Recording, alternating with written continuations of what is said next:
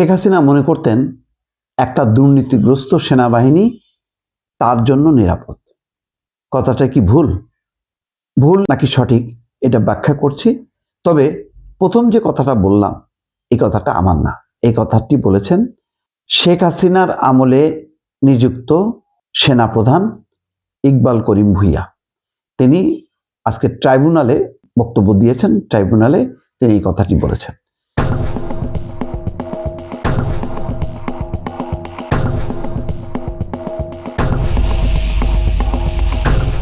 দেখেন, এই কথার একটা গুরুত্ব হলো এই, অন্য কেউ বললে হয়তো গুরুত্বটা পেত না, কিন্তু এই কথা বলার একটা যৌক্তিকতা আছে।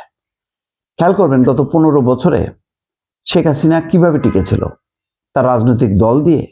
দল বলে কিচ্ছু ছিল না। এই দলটা ধান্দাবাজি চান্দাবাজি ছাড়া আর কিছু, ওই যে ক্লাউন ওবায়দুল কাদেরের নেতৃত্বে ক্লাউন মার্কা বক্তব্য দিয়ে টিকে থেকেছে কোন রকম। মূলত এরা মাঠে ঘাটে হাটে দলের ভেতরে দলের বাইরে চান্দাবাজি করে টিকছে। মানে ধরেন কোনো পদ পদবি নির্বাচন কোটি কোটি টাকা ইনকাম করছে, কারণ ওরা আবার পাবলিকের কাছ থেকে ইনকাম করছে। ওই টাকার ভাগ যেত আওয়ামী লীগের প্রায় সব নেতা। কত টাকা, এটা অকল্পনীয়। চান্দাবাজি করা ছাড়া পদ পদবীর বাণিজ্য, থানায় হলো ওই তদবিরবাজি ছাড়া আর কিছু তারা মানে রাজনৈতিক দল হিসেবে আসলে ছিল না। সেই ছাত্রলীগ বলেন, যুবলীগ বলেন আর আওয়ামী লীগ বলেন, একই ছিল। মূল যারা রাজনীতি করেছে পাওয়ার পলিটিক্স, সেটা হচ্ছে বাহিনী, সেনাবাহিনী, তারপরে পুলিশ, র্যাব, বিজিপি, সব বাহিনী। এবং দেখেন দুইভাবে করছে। একটা হলো যে নির্বাচনের সময় সমস্ত বাহিনী নির্বাচনের কাজে ঝাঁপায় পড়ছে আওয়ামী লীগকে জেতানোর জন্য। আর একটা হলো প্রতিপক্ষকে দমনের জন্য তারা ঝাঁপায় পড়ছে, এবং প্রত্যেকটা বাহিনীর নিজস্ব হলো আয়নাঘর ছিল, সেগুলিতে এখন ওপেন সিক্রেট। ডিজিএফআই, এনএসআই এরা নির্বাচনেও যেমন, আবার অত্যাচার নির্যাতনের কাজেও ব্যবহার করছে শেখ হাসিনা। আজকে অনেক তথ্য বের হয়ে আসছে। তো এটা কারণ কি? কারণ হলো শেখ হাসিনার কোনো জনপ্রিয়তা ছিল না। তিনি নিজেও জানেন ভোট হলেই ভোট পাবে না, সুতরাং নির্বাচনের নামে জাল জালিয়াতি করার জন্য এই বাহিনীগুলোকে ব্যবহার করছে। ব্যবহার করতে যে এই বাহিনীগুলোকে একদম করাপ্ট বানায় ফেলছে। নৈতিক মেরুদণ্ড নেই, এবং তার একটা ভয়াল চিত্র আমরা গত 17-18 মাস পুলিশের যে অবস্থা সেটা আমরা দেখতে পেয়েছি। সেনাবাহিনীকে একটা অংশকে করাপ্ট করছে, এটা নিঃসন্দেহে বলা যায়, কিন্তু সামগ্রিকভাবে বিশাল সেনাবাহিনীকে করা সম্ভব হয়। এছাড়া দেখেন, যখন আপনি বুঝবেন যে আপনাকে সুবিধা দেওয়া হচ্ছে কারণ আপনি আরো বেশি সুবিধা ভোগ করবেন, তখন আপনার প্রতি সে বিশ্বস্ততা থাকবে না। বিপদ যখন আসবে তখন ওই সুবিধা গ্রহীতা সে সরে পড়বে। ঘটনা তাই হয়েছে।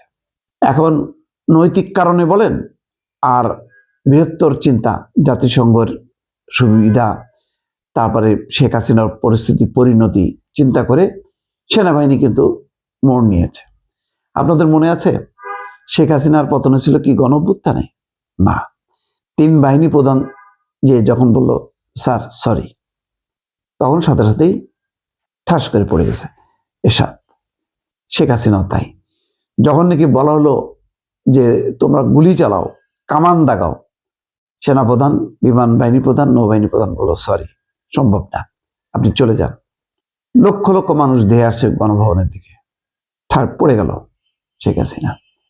তার মানে এটা হলো যে তখন কিন্তু দল, আওয়ামী লীগ, ছাত্রলীগ, যুবলীগ, লাখো লাখো মানুষকে নিয়ে যে পাল্টা প্রতিরোধ গড়ে তুলবে, যেটা আমরা একবার মনে আছে তুরস্কে এরকম সেনা অভ্যুত্থান হয়েছিল, যখন এরদোয়ান তুরস্কের বাইরে, ইস্তাম্বুলের বাইরে ছুটি কাটাতে গেছিলেন, তখন উনি ওই টুইটারে বা ফেসবুকে একটা আহ্বান জানালো যে তাকে রক্ষা করার জন্য, তার সরকারকে রক্ষা করার জন্য।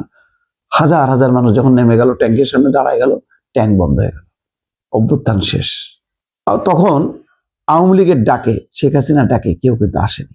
তার মানে হচ্ছে জনসমর্থন একেবারে প্রায় শূন্যে চলে গেছে শেখ হাসিনা। এই অবস্থায় একটা বাহিনীগুলোকে যতই আপনি সুযোগ সুবিধা দেন না কেন, ওই সুযোগ সুবিধা নিয়ে টিকে থাকতে পারে না, টেকেও নেই। সেই কারণে ইকবাল করিম ভূঁইয়ার বক্তব্যটা সঠিক। যে শেখ হাসিনা চাইছে যে নৈতিক আদর্শের মেরুদণ্ড যদি থাকে তাহলে তো শেখ হাসিনা 15 বছরই থাকতে পারতো না। সেই জন্য তাকে দুর্নীতিগ্রস্ত বানাইছে, যত রকম ভাবে তার সমস্ত সুবিধা দিছে, কিন্তু কোনো ক্ষমতা দেয়নি। ইকবাল করিম ভূঁইয়া নিজেও জানেন যে সেনা প্রধানের পুরো কমান্ড সেনাবাহিনীতে নেই, এখন আছে কিনা জানি না। টুকরো টুকরো করে বিভিন্ন ডিপার্টমেন্ট, গুরুত্বপূর্ণ ডিপার্টমেন্টগুলো পরিচালক হচ্ছে শেখ হাসিনা নিজে। তিনি নির্দেশ দিতেন সংশ্লিষ্ট জেনারেলদের বা ব্রিগেডিয়ার জেনারেলদেরকে। ক্ষমতা পরিচালনা করত তারেক আহমেদ সিদ্দিকী। তারা ভোগ করতে পারছে কিন্তু ক্ষমতাটা প্রয়োগ করতে পারেনি। ক্ষমতাটা প্রয়োগ করছে শেখ হাসিনা এবং তারেক আহমেদ সিদ্দিকী নিজে। এটাই হচ্ছে বাস্তব, দর্শক।